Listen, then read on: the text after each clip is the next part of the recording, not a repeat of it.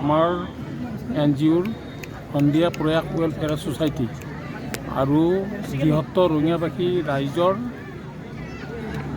হৈ আমি এই বিহুখন মুকলি বিহুখন আমি ইয়াত পাতিছোঁ।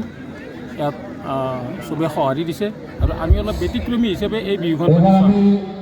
আমি মঞ্চত নাপাতি আমি পুৰণি ঐতিহাসিক যিবিলাক আমাৰ পৰম্পৰা সেইমতে আমি গছৰ তলত আহঁত গছৰ তলত আমি এইবাৰ বিহুখন আমি উদযাপন কৰিছোঁ।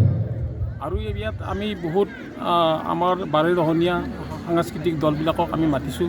তেওঁলোকে ইয়াত সুন্দৰকৈ প্ৰদৰ্শন কৰিছে আৰু কৰিব আৰু বহুত আমাৰ আছে।